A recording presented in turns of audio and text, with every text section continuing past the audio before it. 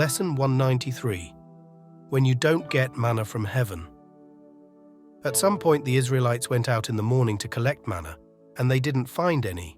It was the day that God specifically instructed them that they should keep enough manna for the 6th day to be used on the 7th day when they need to rest. The same manna they received could stay fresh for 2 days, and the same one could only stay fresh for 1 day. It was all the test to see if the Israelites follow God's instructions, which they fail time and time again. What do you do when you don't get manna from heaven? Oftentimes you can think to yourself that maybe God has forgotten you and start to doubt the existence of God and what He can do for you. Because you haven't really experienced His power in your life, you find no proof to keep on believing. Jesus told Thomas, "You believed because you have seen me. But blessed are those who believe me without seeing." In the end, your faith will be justified, and you must be prepared to expect nothing when you are waiting for something. You may think to yourself, "For how long? When will I see my deliverance?" To make it longer or shorter, it ultimately depends on you. The problem is never the missing manna, because God has it in abundance for you. The real question is, are you willing to devote to His instructions? The Israelites were told specific instructions on how to collect and eat the manna, but in their own way, they try to maneuver their ways around it, thinking that God wouldn't mind if they did it, or maybe He is missing something. And so, they try to add to what was specifically ordered from them, and this angered God.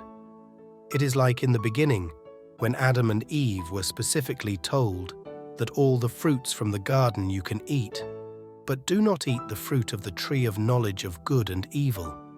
And in the end, they end up eating from it, and death was introduced to humanity.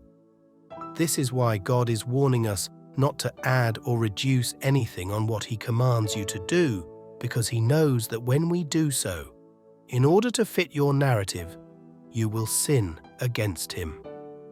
It is not that God doesn't want you to have good things that He gave His specific orders.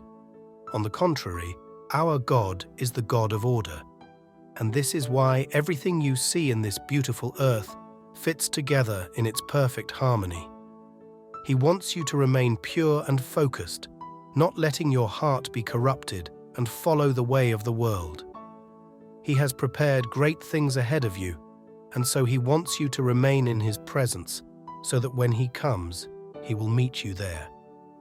Avoid taking a detour in the sin world, because that is where your blessings get delayed. You will wake up in the morning expecting manna from heaven and find none given. It is not that God has abandoned you, it is you who abandoned Him first. And it is not that you loved God, but He loved us first and sent His Son for us. God's blessing is there ready for you in abundance. You only need to walk through them. The question is, how much is your love for Him than the love you have of the world? Are you willing to give it all up for the sake of His glory?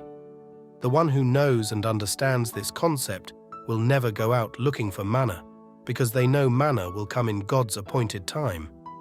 This is how you win in life, by letting God guide you through. This can only be possible if you are led by the Spirit. In order to be led by the Spirit, you must feed your spirit with the knowledge of God, which is found in His Word.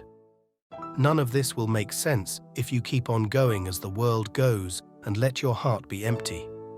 For what will a man gain if he has the whole world and yet lose his soul? Protect your heart at all costs through feeding it life-giving words, which will enable you to know God more and more and give you peace from the inside out. Remember, without God you can do nothing.